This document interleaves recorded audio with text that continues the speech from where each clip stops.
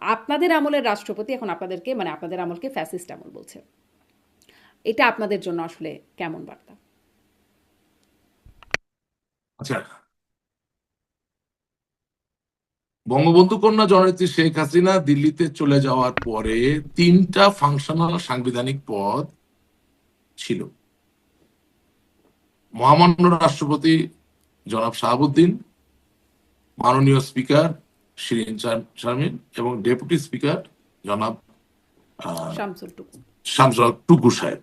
ঠিক আছে, এখন আমি প্রথমেই বলি, জনাব শাহাবুদ্দিন এবং শিরিন শারমিন চৌধুরী দুজনকে আমি বলে দিলাম ইন্না লিল্লাহি ওয়া ইন্না ইলাইহি রাজিউন।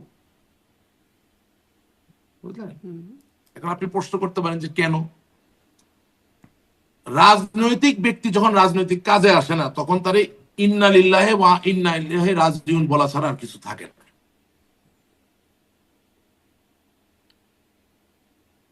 আপনি আজকে শুধু প্রেসিডেন্ট প্রেসিডেন্ট প্রেসিডেন্ট রাষ্ট্রপতি নিয়ে লেগেছেন। যদি রাষ্ট্রপতি তার জায়গায় বলে বসে যে আমি তো রাষ্ট্রপতি হইতে চাইনি, আমি তো স্বপ্নে দেখিনি কোনোদিন আমি রাষ্ট্রপতি হব, কি বলবেন? উনি যদি বলে বসেন যে আপনারা যখন দেশ ছেড়ে চলে গেলেন আমার একটু সাথে নিয়ে যাইতেন, এটার উত্তরে কি বলবেন? উনি যদি বলেন যে ইয়াজউদ্দিন রাষ্ট্রপতি ছিল, ইয়াজউদ্দিন যে বিএনপি তাকে রাষ্ট্রপতি বানিয়েছিল, সেই বিএনপির বিরুদ্ধে দুর্নীতিগ্রস্ত অপশাসনের বিএনপির শাসন থেকে দেশ আজ মুক্ত হইলে বক্তব্য দেয় নাই? স্মরণ করে দেখেন 111 সরকারের সময় যখন টেক ওভার করলো, দিয়েছে কিনা? আব্দুর রহমান বিশ্বাস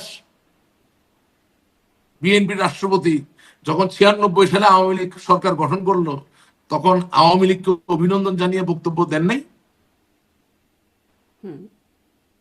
মানে অভিনন্দন জানিয়ে বক্তব্য দেয়া এক, আর একটা হচ্ছে ওই পুরো আমলটাকে ফ্যাসিস্ট আমল বলে ফেলা। না না না, আমি বলছি যে প্রতিটা জিনিসের তীব্রতা তো দিন দিন বাড়ছে। নিষ্ঠুরতা, নৃশংসতা, অত্যাচার, লাঞ্ছনার তীব্রতা তো বাড়ে না? ধানমন্ডি 32 নাম্বার তো নিজস্ব কোনো প্রাণ ছিল না, সেটা তো ইতিহাসকে বহন করে। বঙ্গবন্ধুর বাড়ি, তারে ভাঙলে আপনি কি জয় করলেন? কিন্তু ভাঙলেন না। এখন এই রাষ্ট্রপতি একা মানুষ, দলে নাই আওয়ামী লীগ, রাস্তায় নাই আওয়ামী লীগ, কোথাও কোনো নেতা কর্মী খুঁজে পাচ্ছে না। ওনার শরীরের কোন অঙ্গের সাথে অস্ত্র ঠেকায় কি ওনাকে বলছে আপনি জানেন কিভাবে? উনি যে বাংলাদেশ জিন্দাবাদ বইলা মানে টিকে গেছে, উনি তো দোয়া মানে করতেছে আপনি আল্লাহর মনে কাছে, করছেন যে আল্লাহ তিনি বাঁচাইছো। অস্ত্রের মুখে বাংলাদেশ জিন্দাবাদ বলেছেন? এমনটা হতে পারে? বলতে পারেন, আমি তো সেটা জানি না। আমি আপনাকে বলছি যে আপনি তো ওনার পাশে নাই, আমি তো ওনার পাশে নাই। আমি নিজের ঘাড়ে নিয়ে বলছি, আমি তো পালিয়ে গেছি। আমি পালানোর সময় তো বলি নাই যে মহামান্য রাষ্ট্রপতি আপনি আমার সাথে আসেন। আমি যে একটা স্পিকার বানাইছিলাম, ওই যে বললাম দুজনকে ইন্না লিল্লাহি বলছি না, কেন বলছি আপনার বুঝতে হবে। কারণ শিরিন শারমিন চৌধুরীকে আপনি স্পিকার বানিয়েছেন সরাসরি ভোটে নির্বাচিত সংসদ সদস্যদের স্পিকার, অভিভাবক হওয়ার জন্য, যেখানে তিনি নিজেই ছিলেন সংরক্ষিত আসনের। তাহলে নিশ্চয়ই কোনো কারণে বানিয়েছেন। স্পিকার হবে কে? যে সংকটকে মোকাবেলা করতে পারে। নোয়াখালী তার বাড়ি, সেখান থেকে নিয়ে রংপুরের মানুষের ওখানে আপনি আর কোনো নেতা পান নাই, পীরগঞ্জ থেকে ওনাকে এমপি বানিয়ে দিচ্ছেন, ভালো কথা। তো সংকট যখন আসলো, উনি যদি 2রা সেপ্টেম্বর 2024 সাল রিজাইন করতে পারেন, ডেইলি স্টারে নিউজ আছে, প্রথম আলো নিউজ জানেন, তাইলে রাষ্ট্রপতি কি দোষ করলো? সংবিধান কি শুধু একজনের দায়িত্ব মেনটেন করা? বরঞ্চ যারা আপনি ডেপুটি স্পিকার হিসেবে রাখছেন তাকে তো মাইক থাপ্পড় সব দেওয়া হয়েছে, কিন্তু সে রিজাইন করে নাই। তাকে হাজার অত্যাচার করার পর সে রিজাইন করে নাই। তার মানে কি? তার মানে আমি আপনার এই অনুষ্ঠানের মধ্যে বলতে চাচ্ছি যে পলিটিক্যালি প্রুভেন সোল ছাড়া যাদেরকে আপনি সংবিধান রক্ষা করার দায়িত্ব নাকি দিবেন, এরকম তারা যাকে রিজাইন করতে বলা হয়েছে তিনি রিজাইন করেছেন, যাকে আসলে সেরকম চাপ দেওয়া হয়নি তিনি করেন নাই, বিষয়টা কি এরকম নাকি? নো নো নো, মারাত্মক রকম মানে অত্যাচার সাবেক করা হয়েছে। প্রধানমন্ত্রীও তো শামসুল রিজাইন হক না করে চলে গেছেন বলে দাবি নো করেন। নো, শামসুল হক টুকুর মারাত্মক চাপ দেওয়া হয়েছে, সে তো রিজাইন করে নাই। আপনি তো ধরতেই পারেন। আমি বলছি পলিটিক্যালি প্রুভেন যারা, রাজনৈতিক ভাবে যিনি প্রমাণিত, তারে আপনি যে জায়গা মতো রাখেন, সে তো ক্রাইসিসে ভাঙবে না, সে আপনার ফাইট করবে। আপনি 17 বছরে উল্টা পাল্টা লোক আমরা বসাইছি। আপনারা জানেন শিরিন শারমিন চৌধুরী কোথায়? মানে সংসদের প্রথম অধিবেশনে তারেক রহমান বলছেন যে না, উনি স্পিকার, রিজাইন ডেপুটি করে ভালো স্পিকার আছেন, উনি তারা রিজাইন করে ভালো আছেন। নিখোঁজ। প্রবলেমটা হচ্ছে যে উনি রিজাইন করছেন, সেই বিষয়ে আওয়ামী লীগের নেতা কর্মীদের কোনো রিয়াকশন নাই। যখন আমরা যেটা পাই হুজুকে লাফাই লাফ দিয়া পড়লাম। আরে রাষ্ট্রপতি নিয়ে লাফাইতেছেন, আজকে যদি সংসদের স্পিকার বইলা বসতো আমি রিজাইন করবো না, তাহলে কি দাঁড়াইতো জিনিসটা আপনি মনে করেন?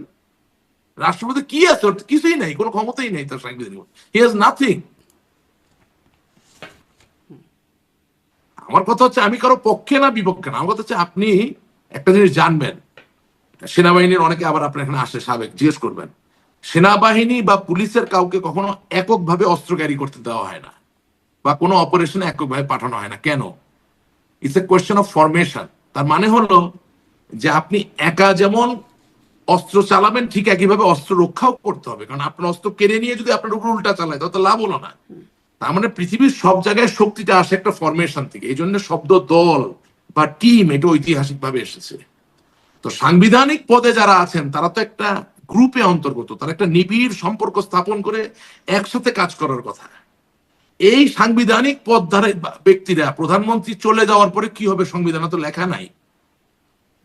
সেই সময় তারা যদি আগেই একজন রিজাইন করে ফেলে,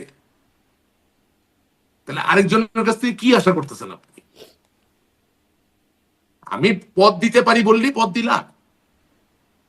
হ্যাঁ, আমি গ্রামাঞ্চল থেকে, এখন তো বেশি স্পেসিফিক বলা যাবে না, হ্যাঁ, উঠাই নিয়ে আসলাম, কি বলে, হাঁটুতে পড়া লুঙ্গি পরা ছেলে একটাকে এনে রাত্রেবেলা ওয়াইন খাওয়া শিখাই দিলাম, 1000 কোটি টাকা বানানো শিখাই দিলাম। Is this a political solution? এটা তো হয়েছে। আপনি শাহাবুদ্দিন সাহেবের কথা বলতেছেন, আপনি এই যে এই পরিস্থিতির কথা বলতেছেন, দেখেন কতগুলা রিয়েলিটি আপনাকে মাইনে নিতে হবে।